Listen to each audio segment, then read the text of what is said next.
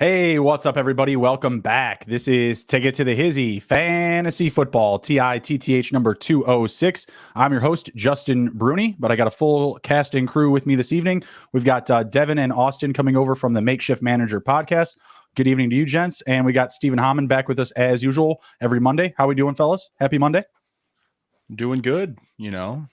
Another day, another proverbial betting dollar, as you could say. Yeah, sure. It's only a victory doing, Monday Austin? for Devin. It's only a victory Monday for Devin, but you know, it's okay. I'll be fine. Short work week and more football, so let's go. Yep. Yeah, hey, can't complain there. Can't complain there. I got the fam visiting this week, so I'm going to be working from home again. You know, went back to work for a couple of weeks. Now I'm back home for another week. So, yeah, ups and downs, back and forth. But man, week 11 threw one in my face. It hasn't been the best week 11 for me. Took a lot of losers. My best picks went 0-6. Couldn't hit a prop. Couldn't hit a money line. I hit the Colts spread, but I just didn't bet it. I don't know why. It was one of the picks I liked, and I was just like, I'm going to keep it out of this parlay. I'll be all right. I like these other ones. These are close enough. I'll be good. Wasn't the case. Took a lot of losers this week. Had Josh Allen, Ryan Tannehill in fantasy. Had some guys out, DeAndre Hopkins, Kyler Murray still dealing with some losses from those guys not showing up. I did have a team that won this week in a super flex league with one quarterback. So that's my high. The rest were my lows. How are you guys looking? It gives and it takes. It's my first week in fantasy coming out of the weekend where I have probably my first under 500 finish across the board for all my teams. But luckily in most of them, I can afford the loss. I'm above 500 and everywhere besides a keeper league I play in with Austin. So can't complain too much. Just people not showing up or people just being hurt. Yeah, it was a rough one.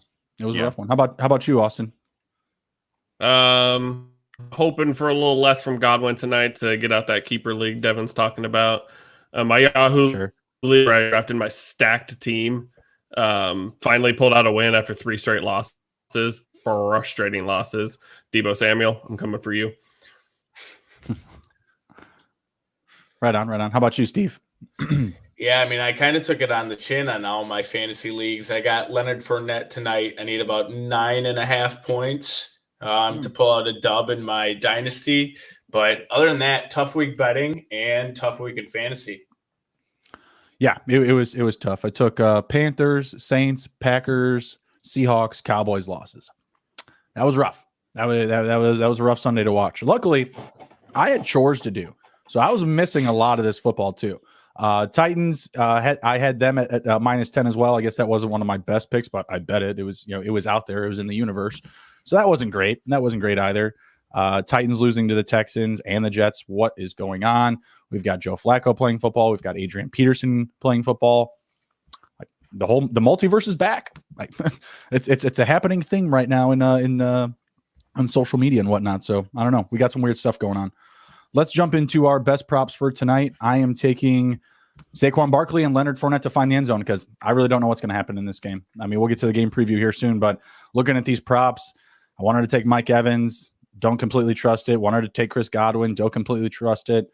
Went with the running backs to score touchdowns. What do you got here, Steve?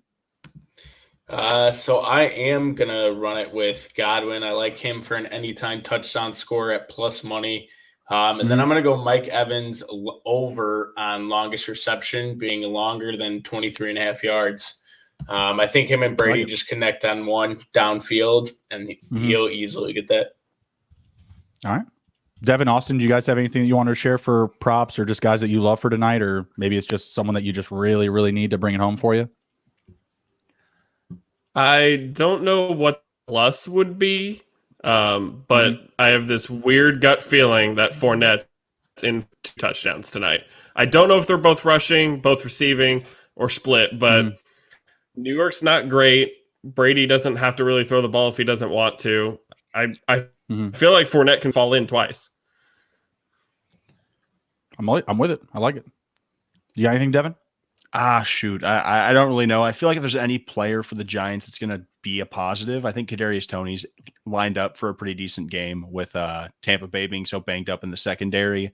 Galladay really has kind of just been a decoy most of the year. He's getting some targets, but he's not producing like that number one guy. So I just expect Toney to be able to use his after the catch ability to kind of work his way through some yards. So I'd say Kadarius Toney for over 50 yards this night at least. Oh, nice. Yeah, 50's a much higher number than I think the books had. I saw him at about 43.5, so that's good value. I like it. And Kadarius Toney is actually who I started in that super flex league. He's in the super flex spot. I already have the W wrapped up, so just some extra points coming from him tonight. All right, let's jump into our monkey knife fight props. First up, we've got Tom Brady and Dan Jones for passing yards. Tom Brady sitting at 295.5. Dan Jones is at 238.5. We'll start with Devin and we'll come around. What do you like here, Devin? You like the over or under for these guys? Whether it's the game flow that's coming for your prediction or just what you've seen in recent weeks. What do you like here? So what are we looking at in terms of the over under? 295 for Tom Brady, 238.5 for Dan Jones. I like the over for Brady, even with Antonio Brown being out. Gronk is back for this game. That's one of Tom's safety valves. Daniel, I think I'm looking for the under. While you have a banged up secondary for the Bucks, it's still the Bucks defense. And Daniel Jones, while I like his upside with his feet, he's not the most accurate quarterback, and they haven't had their skill guys all together for a big stretch of this season. So I don't know what New York we're going to see because Saquon's back. So I don't know how they're going to work him in. I just don't see how many good opportunities Daniel's going to have in the offense tonight, especially if it gets ugly or if it's close. Because if it's close, then Saquon should be getting a good number of touches. All right. What do you think, Austin? I'm going to take the under for both, simply because Brady does not have to throw for 300 yards tonight for Tampa Bay to win. So I just don't think he has to pass a ton. I think he gets like 250 range. Like he'll throw for a decent amount because, he's Tom Brady, but over 300, it's just simply not needed tonight. Dan Jones, 238, right? 238.5. Correct. He'll get some yardage out of his legs. So give me like 210. Maybe he breaks 200. So yeah, a little bit under for Dan Jones too. All right. What do you think, Steve? I'm in agreement with Austin. I think Brady, this is just one of those games where he doesn't have to throw for a crazy amount of yards to win this. Just looking through some of his games, it really seems like his big ones come against either, a division foe or just another really good team. So I think he goes under. Daniel Jones, whichever way I ever bet Daniel Jones, I feel like I'm wrong. So I'm just going to ride the under here. I don't think he can get much done. I'm going to go the under for Brady for pretty much all the reasons that you guys had mentioned. They'll probably lean on the run a little bit more. They don't need him to be overworked or pass for a lot of yards to win this game. But I'm going to go the over for Dan Jones. This is a team that's kept it close past couple of weeks. They beat the Raiders. They kept it very close with KC. They beat Carolina 25-3. I believe that was even on the road. I mean, the last time they were really blown out was against the Rams about 5 weeks ago. That was before Halloween. That was October 17th. And they're coming off a bye, I believe. So they've got some extra time, some extra work. I think they'll have some very scripted plays for Dan Jones and Barkley out of the gate. So give me the over for Jones, and I'm going to take the under for Brady. All right. Next up, we've got Chris Godwin and Saquon Barkley. So Godwin we're looking at receiving yards, and for Barkley, we're looking at rushing. Godwin's at 71.5, and Saquon's at 55.5. Well, again, we'll start with Devin, and we'll come around. What do you like here, sir? So as an individual player, I think Chris Godwin is insanely talented. I do think Gronk being back hurts the value in terms of just his overall receiving yards for the game. I'd probably go under on Godwin because I think Evans is more of the big play kind of guy. I think Godwin might have the most targets in tonight's game, but like Austin said, we don't see Brady really going or needing the 300 yards to win this game. I think Saquon over 55 yards could be a good bet because it's his first game back. It'll be interesting to see if they have him on a pitch count because he has been out for so long, but they're coming off of the bye, if I'm correct. And if you have the asset, you might as well use him. He's one of the more talented backs in the league. And if they want a shot to beat this Bucks team, they're going to have to use Saquon in any fashion. Right. What do you think, Austin? For my fantasy sake, I hope Chris Godwin's under 71.5. I need that I think too. he probably. I need it too. I think he probably sticks around like the 60 range. Gronk is back. Mike Evans is the big guy. Brady does tend to spread it around anyways. And you just don't know. Like, yes, Chris Godwin's insanely talented, but you just can't predict the big games of Mike Evans and Chris Godwin. They will have them. They'll have this nuclear game where they go off, but I can never pick which one is going to have it. Could it be Godwin tonight? Sure, but it's just hard to say at this point. Yep. For Barkley, if Khalil Herbert can run for 100 yards against the Tampa Bay defense, I feel like Saquon can. The pitch count might hurt the 55.5. The offensive line might hurt the 55.5. But he's the best player on the Giants offense. He's got to at least break like 75 to 100 for them to even want to sniff a win. So give me the over for Barkley, under for Godwin. All right. What do you think, Steve? I'm going to go over for Godwin. The targets are really there for him. He's seeing like 7 or 8 a game.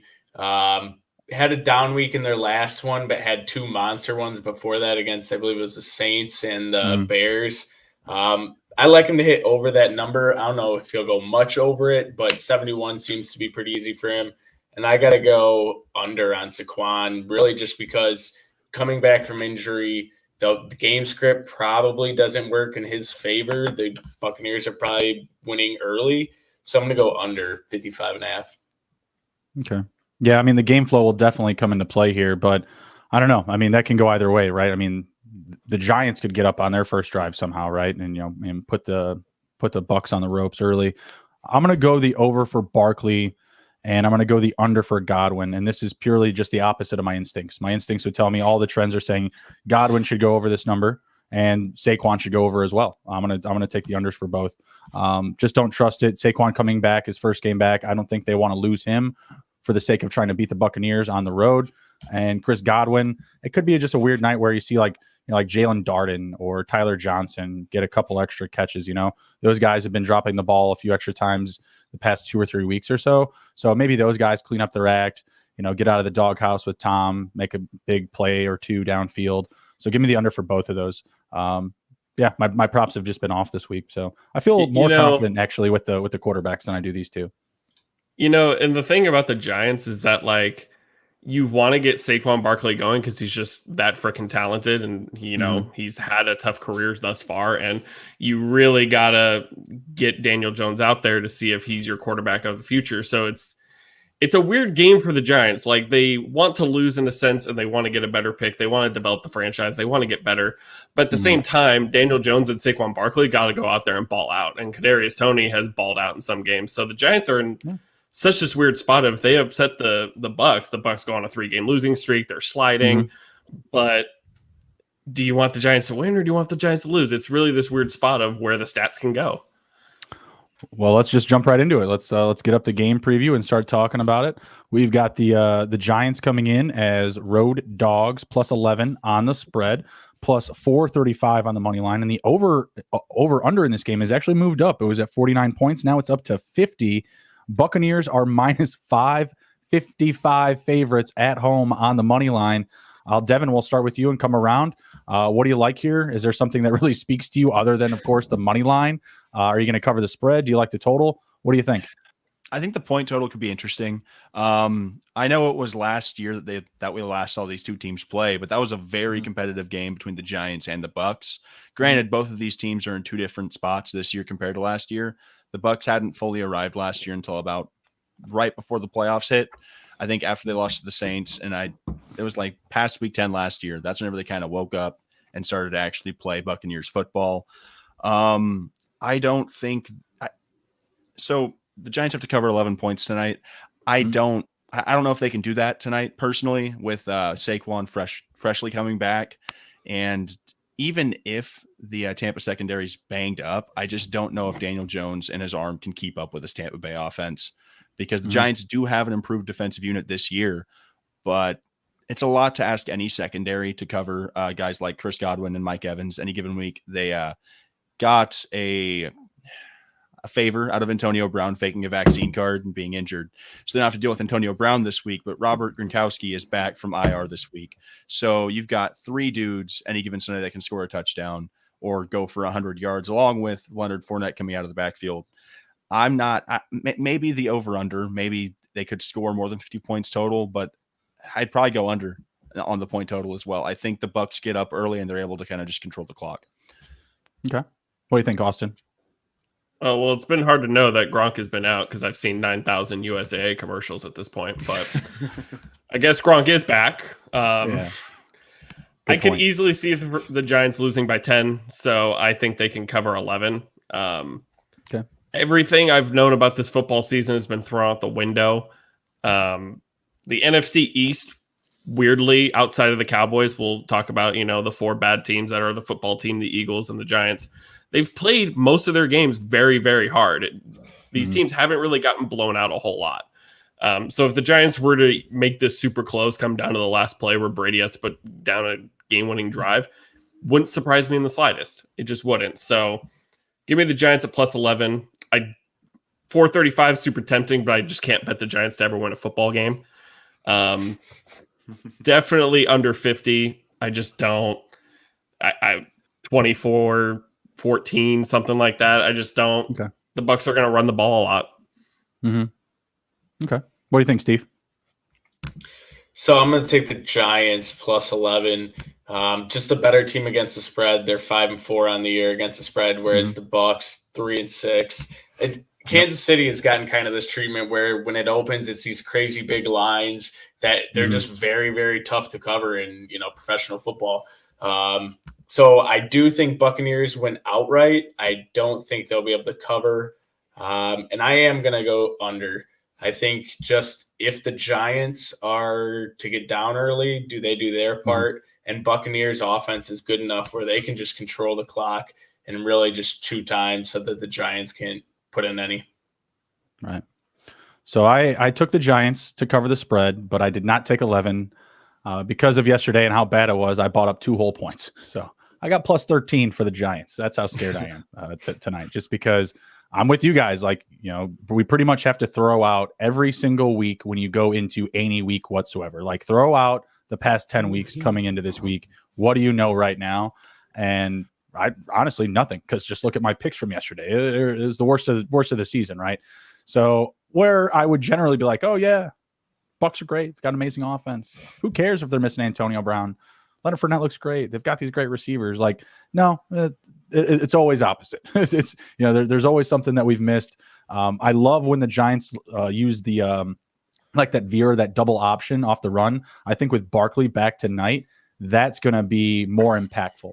They're going to be able to get Dan Jones out into more space. They're going to be able to, kind of essentially use Barkley as more of a decoy in that scheme, because you don't know if, Barkley's going to take one up the middle for a couple of yards, if Dan Jones is going to try to push it outside for, a quarterback rush, or if they're just going to, try to look for a passing option, because that's a great way to try and freeze those ends of theirs in Jason Pierre-Paul and Shaquille Barrett. Like that can buy you an extra second or two, when you have those really fast, strong downhill runners, coming off the edge, right? So I think that'll be part of the game plan tonight for the Giants, trying to buy some time, extra time back there in the backfield, whether it's to get Barkley out in motion, out in some space, free Dan Jones up for, maybe a drive continuing, quarterback rush or something like that. So I'm also in on the under. I agree. I think that the pace of play is going to be more predicated on the running game from both sides, not just the Tampa Bay Buccaneers. And I'm not necessarily sold that, the Bucs are going to go up early, or they're going to put up points on the board on their first or second drive. They've been struggling the past 2 weeks. This is a team that lost to the football team that realistically, if you look at the offenses, they're not that far off from each other.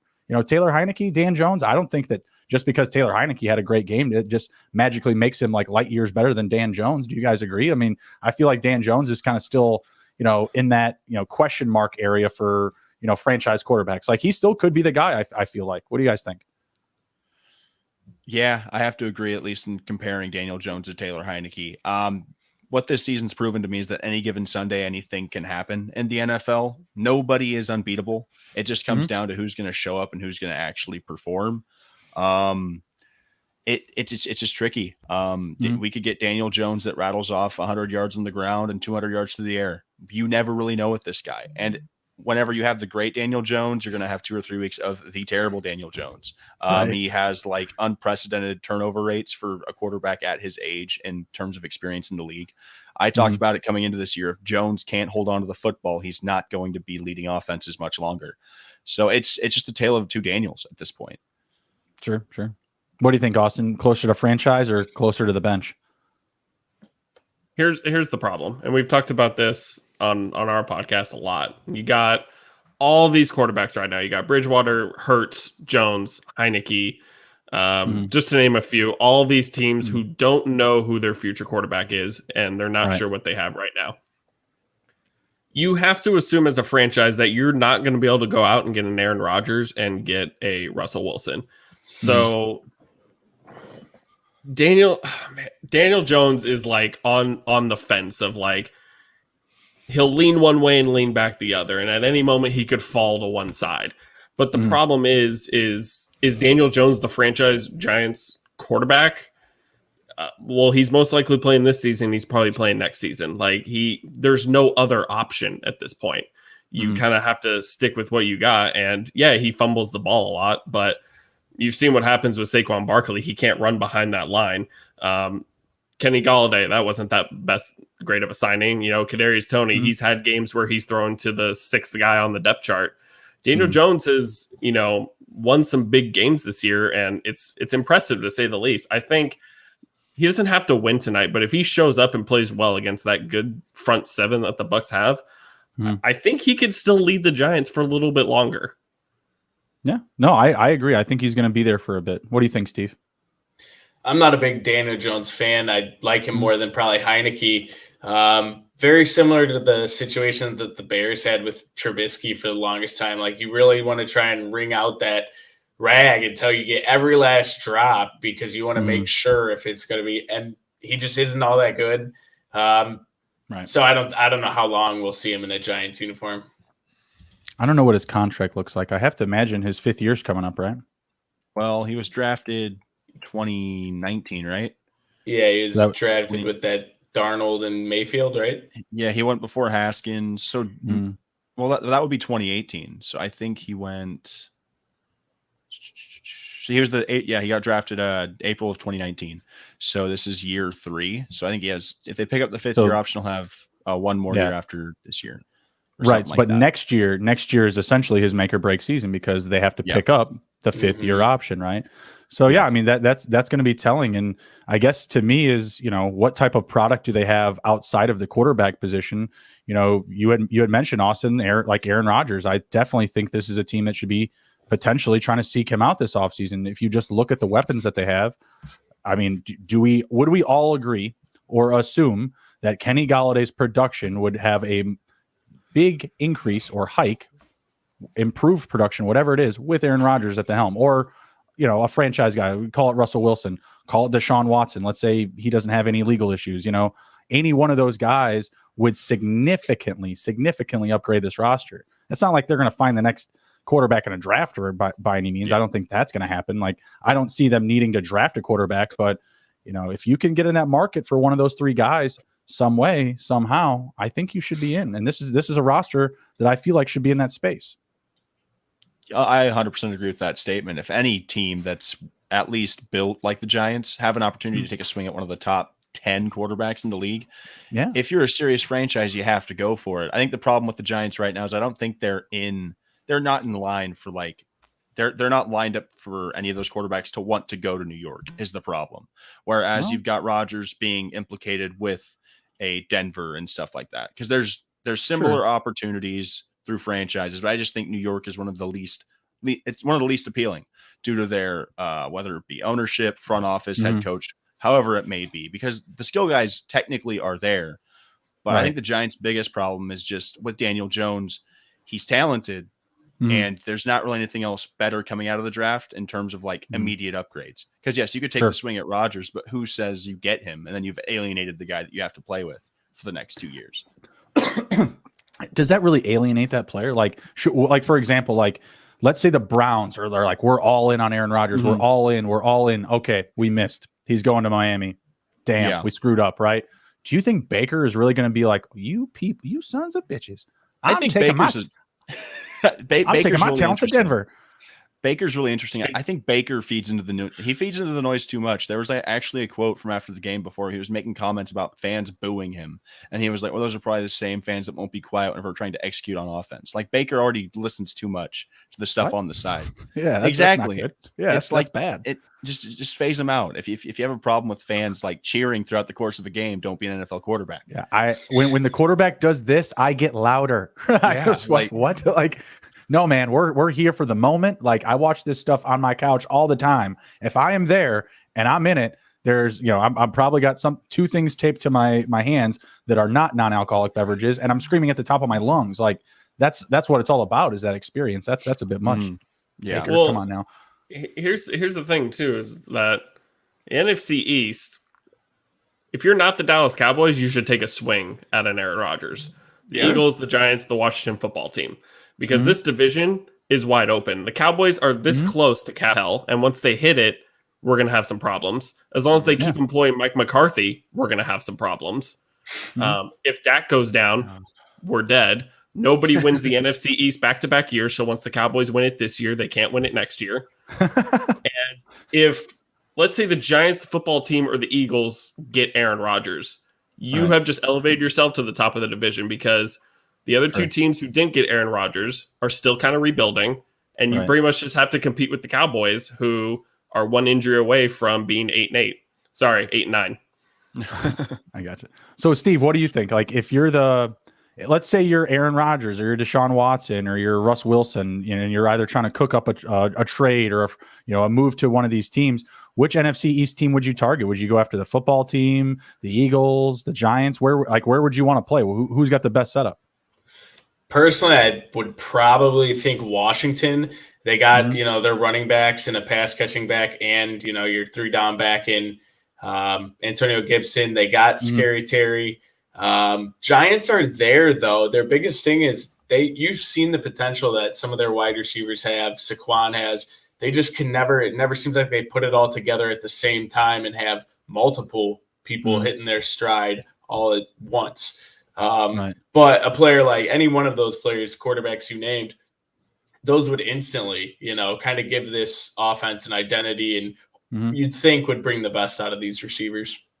Right. Yeah. I mean, we've all heard and read the Denver stuff for Aaron Rodgers, but I feel like that's like more personal. Like, everyone's just assuming because like his fiance or his now wife lives there or is from there or something like that. So that would just make things easier for travel and time and stuff like that. Like, I don't know. I feel like that's a little bit more simplified. I don't think the 49ers should be off the table. That's the team that he wanted to get drafted to. That's like his favorite team growing up. I don't think that should be off the table. I don't think any team in that division other than the Cowboys in the NFC East, like we had just mentioned, the Browns, the Dolphins, the Texans, if they really wanted to get serious. I mean, there's a lot of teams out there that if they get aggressive enough, they could make some of those moves. I mean, the Panthers, I'm sure they're going to have at least another 3 quarterbacks next season, right? Who knows? All right, let's move on, though. Let's jump into our fantasy waiver wire. Let's get that going here. First up, we've got Matthew Breida of the Buffalo Bills. Wow. So 2 weeks ago, he scores a touchdown. This week, he has five rushing attempts. That's led the running back room, by the way. And he rushed for over 50 yards. So he's got a touchdown 2 weeks ago. He's got 50 rushing yards this week. Those are the types of like floors that you're looking for pretty much at any position. We'll start with Devin and come around. Is this production going to continue? Is this something or a player that you're worth or willing to spend on, that he's worth some fob, or are we just completely fading that backfield of the Bills? It depends on your roster construction. If you already have one of those Bills running backs, I think Zach Moss still holds more value than a Matt Breida season long, especially even Dynasty. Matt Breida will be productive because the Bills are a pass-happy team. And if he's getting the targets, he's going to be scoring the points. But it just depends on how thin you are at running back or how hurt your team is. Personally, I'm not going to pick up Breida at all, because one of my things in fantasy is I never want to be chasing points. I will chase trends. I will chase like consistent. Like, I look at the numbers, and the numbers always tell a story. If you have 5 weeks of 5 targets, then you can safely pick somebody up. But this is week 2 of the Matt Breida resurgence. I wouldn't ride the wave if it were me. If you're really desperate, it can't hurt, but I wouldn't leverage a bunch of fab on it. If you have waiver wire priority, I wouldn't waste a top pick on that. But if you can get him as a free agent, or if you're lower on the totem pole, take a stab at it if you're that desperate. I wouldn't do it personally. Fair enough. What do you think, Austin? I just can't. I don't even trust Devin Singletary and Zach Moss, let alone Matt Breida. It's just half of the weeks Josh Allen is leading in rushes and rushing yards. I just can't trust Matt Breida. If he got 2 carries against the Saints on Thursday, wouldn't surprise me in the slightest. I just feel like there has to be somebody better out there. Like, I know there's a lot of injuries right now and people are getting really desperate, but like, yes, I've been hanging on to Tony Pollard all season just in case Zeke got hurt. But even then, Tony Pollard puts up points. You know, he's kind of like that Kareem Hunt in a sense. He probably has some availability there. I just can't take a Buffalo Bills running back until they get an RB1. I don't know if any of them are going to be an RB1 this year, and I should mention 2 weeks ago, Breida had 2 touchdowns, not the one, but they were also playing the Jets. So what do you think about Breida, Steve? I know we talked about him last week a little bit. Yeah, I'm kind of just staying with the same stance. Just doesn't do it for me. They got 2 different running backs ahead of him who I'm not even sold on them. So to get him in the mix, it just doesn't really move the needle. The thing with Matt Breida with me is because I'm with you guys. Like, I don't want any piece of him. I don't want to spend any fob on him. But I feel like, you know, again, because we've talked about this theme of like just things not going to what we expect them to be this season, right? Like reevaluating every week. The usage is there, and the usage just wasn't there before. Like literally, he's not touching the field. He's healthy scratching. He's not playing any games. He's not getting any touches. And then miraculously out of nowhere, he's got 2 touchdowns. And then the next week he has the most rushing attempts. I feel like they are doing this and they're utilizing him because they really don't like Moss and they really don't like Singletary, at least as much as we might believe. Like, you know, I would have preferred Moss over Singletary to start the year, but he still hasn't done anything that amazing. They haven't used him to the point, or he hasn't earned the touches to the point where he's taken the lead, or Singletary for that matter. A couple weeks ago, I think Singletary led the team in catches. Where the hell did that come from? And then you see him this week do absolutely nothing. Play behind Matt Breida, who had more rushing attempts in a losing game. I don't think the losing the game had really anything to do with it. They were spanking the Jets the week prior, and he was getting a ton of usage. So just something to monitor because, again, he wasn't doing anything, and now all of a sudden he's their guy. I don't know what it is, but definitely someone that you want to look at going forward, because if you do get just one injury, the value that he has now is going to shoot up even more, and the value that he's giving us in the past 2 weeks, there's somewhere he has a home in fantasy with that value. 15, 16 points, 5.7. Singletary had 3.2 in this format. So still scoring more than those guys. And people feel like, oh yeah, it's Devin Singletary, I can start him, right? It's look at the projection, quote unquote. No, don't do that. All right, next man up, we've got Cedric Wilson of the Dallas Cowboys, potentially maybe getting a little bit more opportunity with Amari Cooper being out. Now CeeDee Lamb is in concussion protocol here. Are you guys buying any bit of Cedric Wilson on the up chance that he might have more snap percentage? Obviously, he's coming off fair amount of targets. He had 7 targets this week, 5 the week prior. Again, we'll start with Devin and come around. Is this someone that you're into? So Cedric Wilson, I think, is a better pickup than, say, Matt Breida. There's a definitive role that there's a vacuum of targets that have officially been vacated with Amari Cooper being out. And if CeeDee Lamb cannot go on Thursday, Dak has to throw the ball to somebody. And the Cowboys are playing the Raiders come Thursday, right? Yep. Or no? Okay, the Raiders. This could actually be a rather competitive game. So the Cowboys probably have to throw the ball because Oakland, while they are dysfunctional, they do have a pretty competent NFL offense whenever it comes down to it. If there's anybody besides Michael Gallup that's going to be getting the ball, besides Dalton Schultz, it's got to be Wilson. He's been the big play guy for that gap of time where Gallup was hurt. So if you've got a spot at the end of the bench or you have somebody that you were stashing because you thought of the upside, this is the time to move on a guy like Cedric Wilson. Because, yes, he might give you 2 points. He's proven throughout the year that he's good for between 4 to 17. He had one big week where he had 17.9 and a half PPR. And last week he had 5.6. His floor is pretty low, but the ceiling, we don't know what it can be with just the absence of targets in this offense. Because Dak has the arm and he can throw people out of coverage. We just got to see it from Dak. And I think the connection with Wilson's better than anybody else besides Gallup. So I'd pick him up if I had the opportunity. What do you think, Austin? Yeah, I mean, Amari's definitely not going on Thursday against Vegas. I haven't looked at CD's report for his concussion, but if he doesn't go, Cedric becomes the number 2 wide receiver. And the Dallas Cowboys have had the big three, most of the season. They've had Cooper, Lamb, and Gallup. Well, I guess they haven't Gallup most of the year, but like through time, the Kellen Moore offense spreads the ball around. Dak is very good at spreading the ball around. He gets it to backup tight ends, backup wide receivers, threw 2 touchdowns to Malik Turner against the Broncos, like who had Malik Turner on their team. In a deep wide receiver type of league, I would run Cedric Wilson against Vegas this week. Like Devin said, his floor is a little low, but I think he's good to get probably like 4 or 5 catches against Vegas. We're going to have to score points, and Dak has to spread the ball around. And the last time we got our heads kicked in, we put up 43 on the Falcons. So let's put up 43 again. Be a nice Thanksgiving. I would enjoy that. What do you think, Steve? Yeah, so I like Cedric Wilson. He's going to definitely – it might be short-lived just because of all these points that you guys have said with CD and concussion protocol. You got COVID for Amari Cooper. So I don't know how long-lived this will be, but the targets are there. Someone's going to have to eat them up. Noah Brown didn't look very good. He had a decent amount of drops this week. So I think, Cedric Wilson, you could plug and play next week. Yeah, I'm with it. Amari Cooper, like you guys mentioned, he'll be out because of the COVID. Can't get back in time on a short week. CeeDee Lamb, we don't know about just yet. I mean, we're at Monday. Obviously, it's going to be coming up soon here, so we'll probably know tomorrow.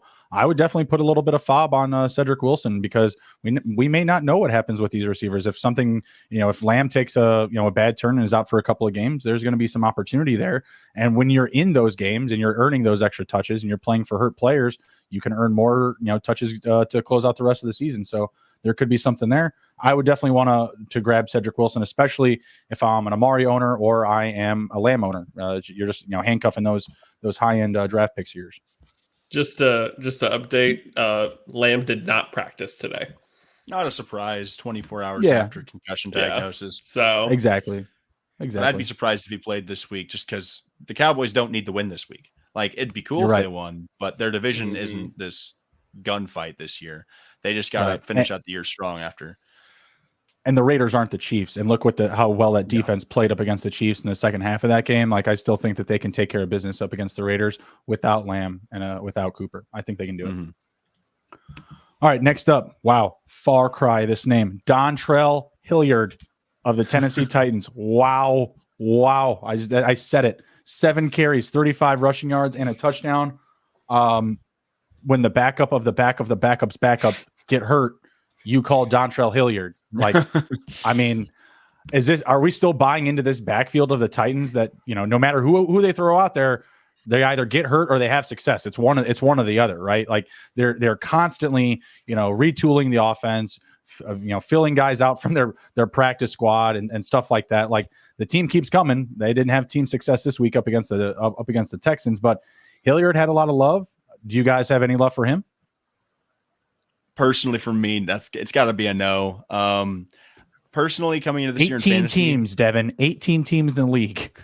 Oh, 18 teams. Okay. I'm just kidding. That's like the type of situation we need here. Okay. Yeah. If it's an 18-team league, you're liable to pick up whoever is available. Yeah. For my own opinion, I hate running back rooms where you have a committee. I've always hated running back by committee, and this is the committee from hell, because not only is everybody off of a couch, everybody also is liable to be injured any given Sunday. So you could start any of these running backs. One's going to find the end zone, but good luck figuring out who it's going to be. I would keep an eye on McNichols this week, see if he's going to be able to come back. Because if McNichols comes back into the fold, I don't think Hilliard gets much playing time at all. So you got to keep an eye on their depth chart and see who's actually going to be able to play come week 12. But I'm not a big fan of Hilliard this week. That's just me. What do you think, Austin? Probably not. It's close, but Tennessee is a committee, so anybody can get a touchdown any given week. They have to play New England this week, and then they get a bye. So you basically have to stash Hilliard for 2 weeks and hope he can go off against Jacksonville. But then at that point, I feel like Adrian Peterson is the one going off against Jacksonville. So probably not, just due to the matchup and the fact that they have a bye right after a tough matchup. What do you think, Steve? It's a pass for me as well. The Titans' offense is just kind of the running back room, I guess, is just kind of very similar to that Baltimore Ravens that we were seeing early in the year. I don't want any part of really any of them. Foreman's probably the leader for me, but I will be passing on Hilliard. Dante Foreman is the leader. And his backup is Adrian Peterson. What a duo. And then Dontrell Hilliard just rounding things out. I mean, this is more of just a piece to kind of bring up the backfield, if anything. Like, I wouldn't really recommend going out and getting Dontrell Hilliard. But honestly, by next week, another one of those guys could be hurt. Could be Adrian Peterson, could be Dante Foreman, who have had careers of, being consistently injured, right? That's a narrative for both of those guys. Good for them for being able to play football in 2021. But it's just been a revolving door. It's it's a gamble. It's a dice roll, whatever you want to use. I would stay away unless you maybe get one more injury, which very well could happen up against a very physical New England rushing defense. We don't know. We'll see. But you have to know that he's out there. That's a fact. And just because, you need to know that these names are back in the NFL. Like, we just rattled off Dontrell Hilliard, Dante Foreman, and Adrian Peterson. And now I'm going to give you another one that's risen from the dead, Joe Flacco. What the hell? 2021. When are the killer bees coming back? What the hell? We got Joe Flacco at 2% rostered on Yahoo formats. Honestly, the production's not bad. He came in as a fill-in last week against Buffalo, 3 for 3, 47 passing yards and a touchdown. This week he had 2 passing touchdowns, almost had 300 passing yards. It was the Dolphins. It was a losing effort, but I've seen teams that have lost literally every quarterback that they have, and they have 4 or 5 quarterbacks in their fantasy team. Is it Joe Flacco or some other random off the waiver wire? Would you guys rather have Trevor Siemian or Joe Flacco? Would you rather have Baker Mayfield or Joe Flacco? What do you think here? For me personally, especially with the Trevor Siemian discussion, give me Joe Flacco. I know that New Orleans is probably the better team. Alvin Kamara hasn't played in 2 weeks. Michael Thomas not coming back. The top guy in terms of targets the last 2 weeks for the Saints, I think, is Adam Troutman. There's not much upside with that offense. At least in New York, you have some emergent players. You got the rookies and Elijah Moore and Michael Carter. Ty Johnson is resurging. Yep. Corey Davis is finally the wide receiver one somewhere. He's had a pretty good year if you discount his injuries. Joe Flacco is a professional football player. He is not who he was, say, circa 2012, but he can still throw the ball down the field, and he's still going to put up fantasy points. Whenever it comes to fantasy quarterbacks, if you're not dealing with the top 5 guys, the drop-off isn't that substantial unless you're looking matchup by matchup. If you look at Joe Flacco over this next stretch, he's got Houston, Philadelphia, New Orleans, and Miami. All bad. 4 of those matchups don't genuinely scare me. So if you have to stream somebody because somebody's down with COVID, I had to bench Lamar and I had to pick up Daniel Jones in a league because Bridgewater's on a bye.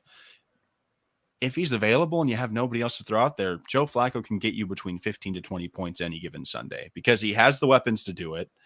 The game script is going to be beneficial towards a quarterback playing for fantasy points. The Jets aren't good. I like Saleh as a head coach. The defense is improved, but they're the Jets. So I think he has the biggest upside of any of the waiver wire pickups that we've talked about today. And I think he's going to be the most consistent moving forward, especially if they don't want to play Wilson. I agree. What do you think, Austin? Yeah, 100%. I would totally put in Joe Flacco in a 2 quarterback league, a super flex league, something like that, especially against Houston. We get it. He's far fallen from his days as a Baltimore Raven, but he still has done it before. I think I can trust him to do it again against Houston. I know Arizona's on a bye this week, and people have been without Kyler for the last 4 weeks, so that could be a good fill-in. I'd pick him up. If you could really use a quarterback in a super flex or a 2 quarterback league, I would definitely throw him in there this week. What do you think, Steve?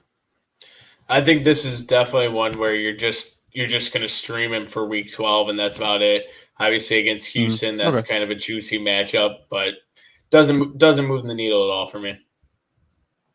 Fair enough. Fair enough. I think you can go and pick him up. I think it's a safe play, especially going up against Houston. If you're maybe dealing with the Kyler issues, maybe someone else is going on by for you, whatever it is. I don't think it's a bad spot. And just seeing what I've seen so far these past couple of games, why not? I mean, they just traded for him too. Wasn't he with the Eagles like not that long ago? They like him. Yeah, they know what he can do. They just made a move for him. Yeah. Because that especially in the 2 quarterback super flex type deal of leagues, the quarterback position has an inherent value. Even if you're trying to stash him to make sure that somebody else is just kind of hamstrung, I wouldn't fault anybody. Because I have a Yahoo league where you have to have 3 quarterbacks starting every week, give or take. It's 2 quarterbacks super flex, and so I've rostered 4 to 5 any given week just to be sure that if anyone goes down, I'm prepared for the worst. Maybe I bet you might own Minshew as well. Oh no, it's like an 8-teamer, and I made a 8 teams decision. Okay, I made a decision in the first 3 rounds to make a statement. Yeah, I picked up Minshew in our dynasty league just as like, well, I mean, the rate we're losing quarterbacks these days doesn't hurt. Honestly. All right, next up, Devin alluded to him actually just a moment ago, is Adam Troutman of the New Orleans Saints. The Troutman truthers can finally come home. The last 4 games, 8, 6, 7, and 6 targets. He's gradually turned up what he's done with them. Like 4 games ago, he only had 2 catches for 6 targets and 4 receiving yards. I think that may have been Jameis's last game. But since then, 4, 5, 5, and 5 catches, 47, 32, and 58 receiving yards. And this week, he topped it off with a touchdown. He found pay dirt. You guys ready to grab Troutman? I think this is probably just a weekly stream, filling in for a tight end on a bye. Yeah, something like that. This one, he's going to be out 4 to 6. 4 to 6 MCL sprain. If you would have asked me 48 hours ago, I would have told you to pick him up because I picked him up in one of my leagues and he paid off.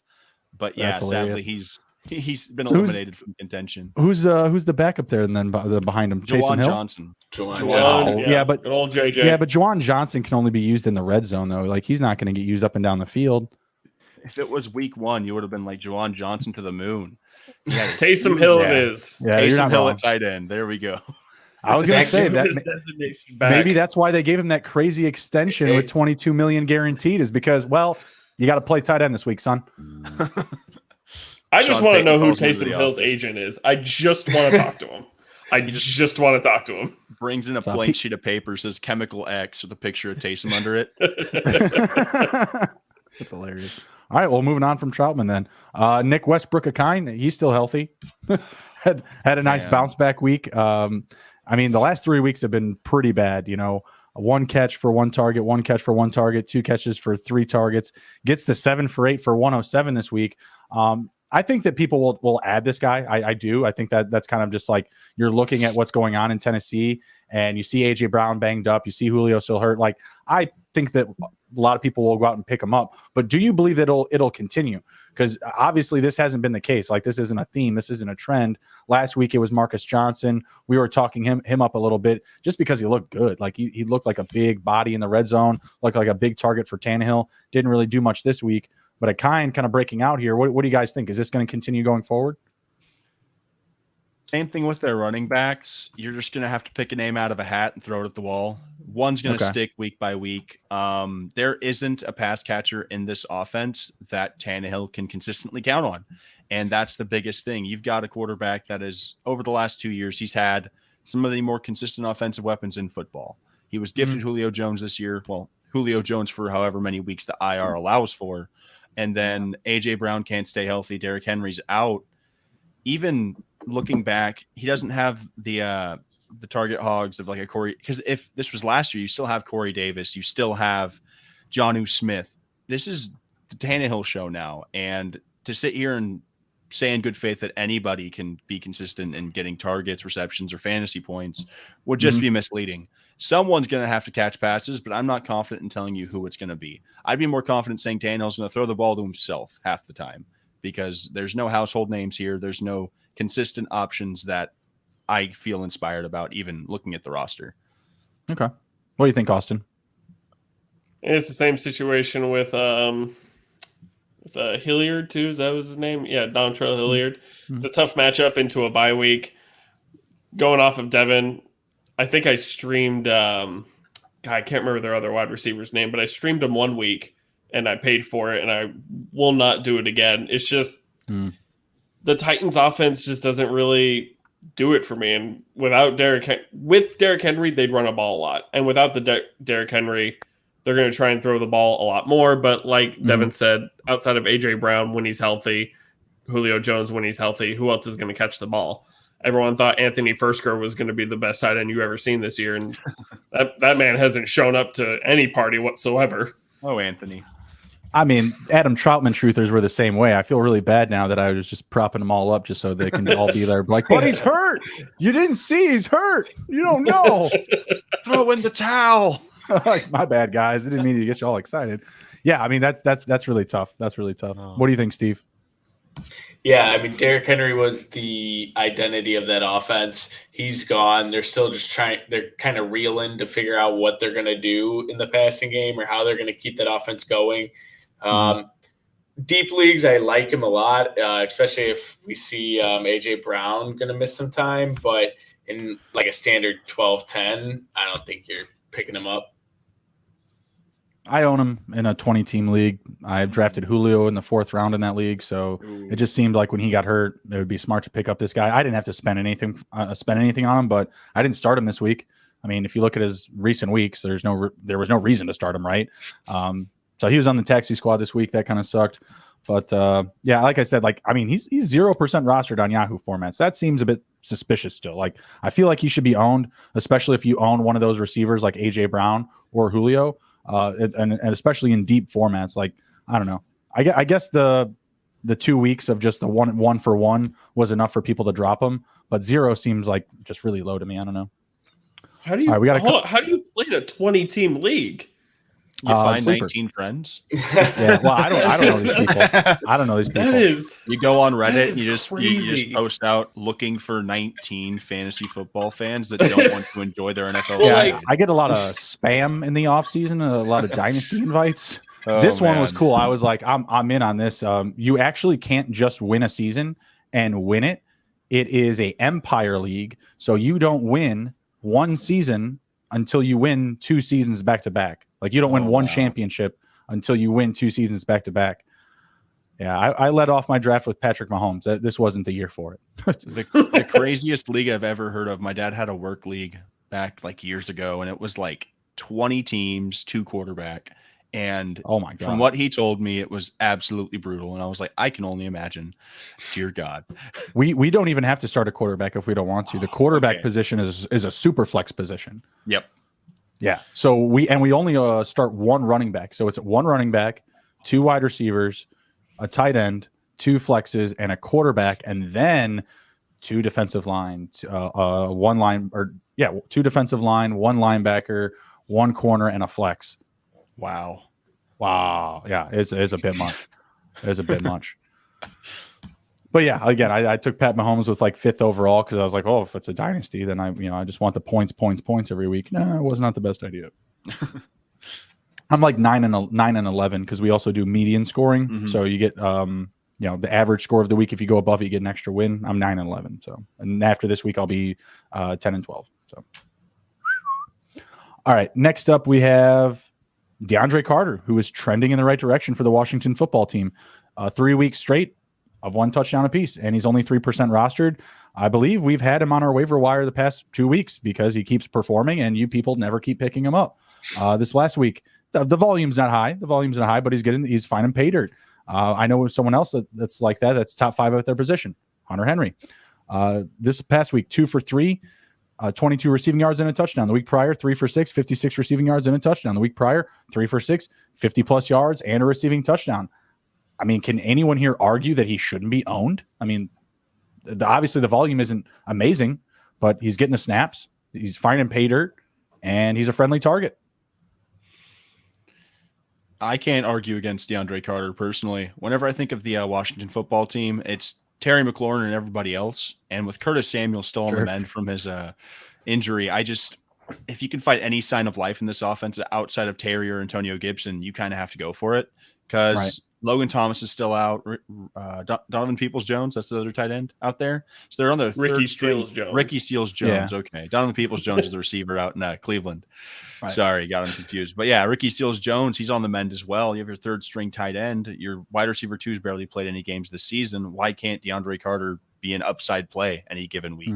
Heineke's slinging the ball at this point. Seattle's been down the last couple of weeks, but I can see this game turning not into a full-on shootout, but points are going to be scored. With Chase Young out, I think their defense is susceptible to being preyed upon because their defensive line is hurting and their secondary hasn't been all that great this year. So if I needed to fill a spot at a flex or my receivers are banged up, I'd kick the tires on DeAndre Carter. It just makes sense. Yep, absolutely. What do you think, Austin? You good with it? Yeah, I completely agree. As long as Taylor Heineke keeps trending upwards, because like I'm a Terry McLaurin owner, so it's been like, is the quarterback factor a thing for Terry McLaurin? Most of the time it hasn't been. But yeah, as long as Taylor Heineke continues to trend upwards, I will take DeAndre Carter. Seattle, Las Vegas, Dallas, Dallas defense is playing really well, but Seattle and Las Vegas, that's two really good matchups. And if he's the number 2 wide receiver with their 2 top tight ends out, Curtis Samuel out, 100% would grab DeAndre Carter.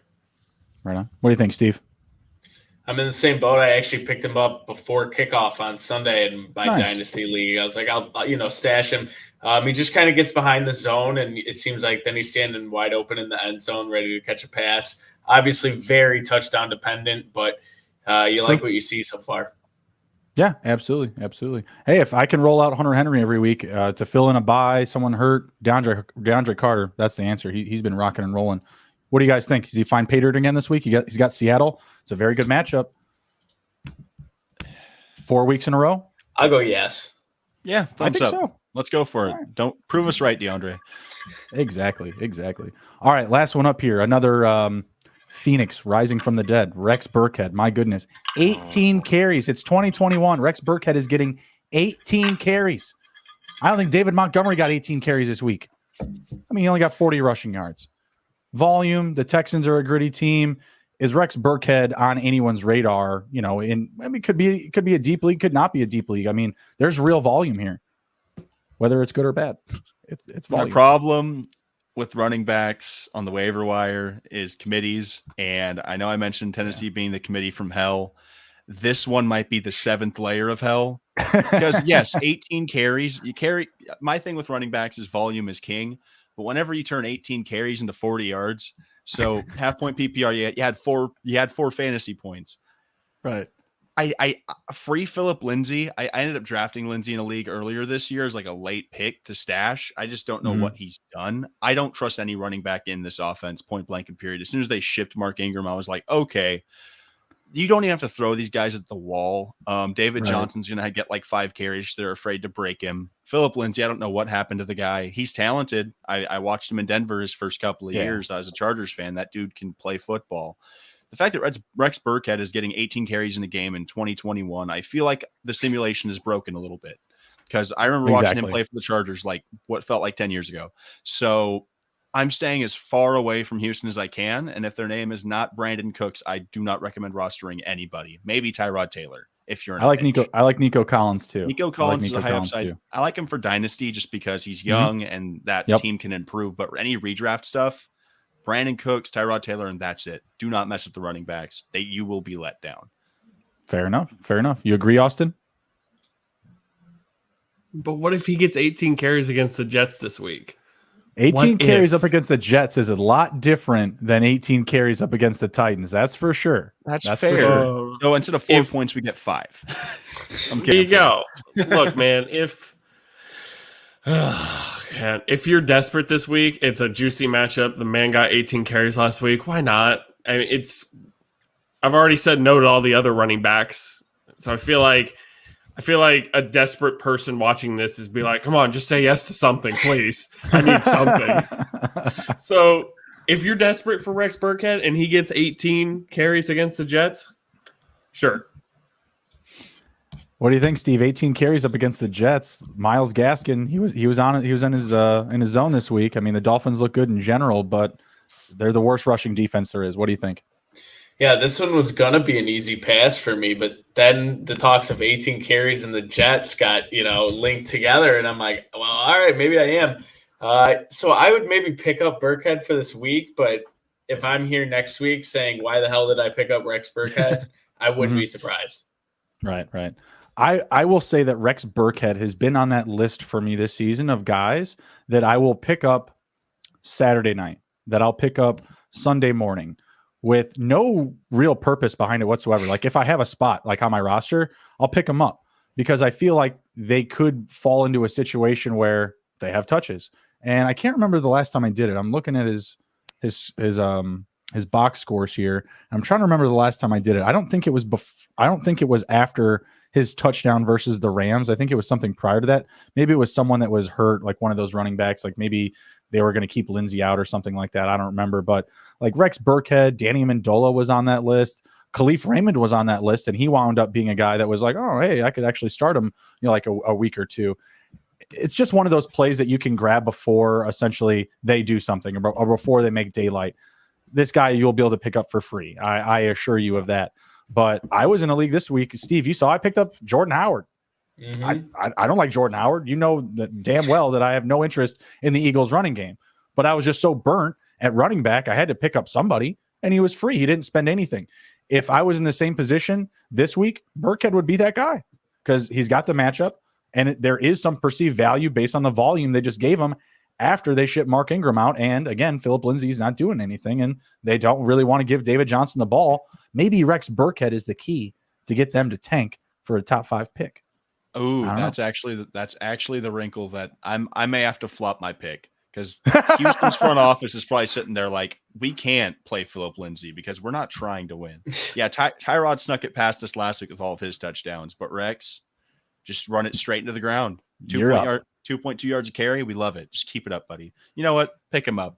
He's gonna because the thing is, I've said yes to like all the receivers because receivers have upside. You get one big play, you're good for the week. Sure. 18 carries is 18 carries. Maybe Rex Burkhead has some sort of resurgent breakaway touchdown. He's got 18 tries, so might as well. Well, was it last year or two? I think it was last year when he had like 4 touchdowns in a game for the Patriots, or was that 2 years ago?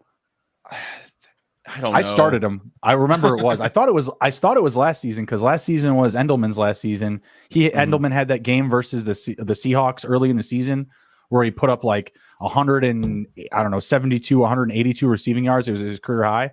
Yeah, and then he got hurt. Yeah. That was the last week. That was the last week I ever started Endelman. He was on my team. And then I was like, oh, Burkhead will be that guy after that. And then Burkhead did really good. And then it was like nothing. It was just like tank into the void we go. Yeah, exactly. But he's just like kind of that guy. Like they're not afraid to give him 18 carries. They're not afraid to give him 20 plus touches, like, because I'm sure there was another couple of catches in there too. You know what I mean? Like, yeah, we don't care. That guy can take the beating and we can lose some games. It's a good deal. It works out. If I view Joe Flacco as a consummate pro, Rex Burkhead fits the bill as well. Exactly. Imagine the trouble they could get into together. Oh my goodness. It's on. Oh my. It ain't much, but it's honest work. Absolutely. All right. Well, that is our show for tonight. Really appreciate everybody who stopped by. Before we head out, please be sure to smash the like button, share the video, and follow us on youtube.com/take it to the Hizzy. Steve, Devin, Austin, what do you guys got for us to head out with?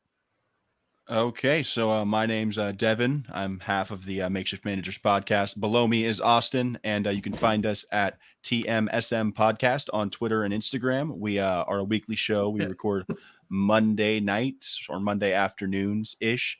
We usually do a weekly recap of the NFL and a weekly prediction of NFL shows. You can find us wherever you find podcasts, and you can also catch us on the Halftime app at 7 p.m. on Monday nights where we live stream and kind of have a Monday Night Football watch party. Sometimes It's fun, sometimes it gets dire, but it's live. So super depends on fantasy matchups. Last week I was dying as I watched Deebo Samuel end my career on a 4th and 5. Debo's been killing it though. He's been my guy this year. I've faced him twice this year, and he's put up 62 total points. I hate everything. That hurts. Yeah, that hurts. Did anyone go up against Jonathan Taylor this week? Thankfully, I didn't play him, though, thankfully. I did in one league.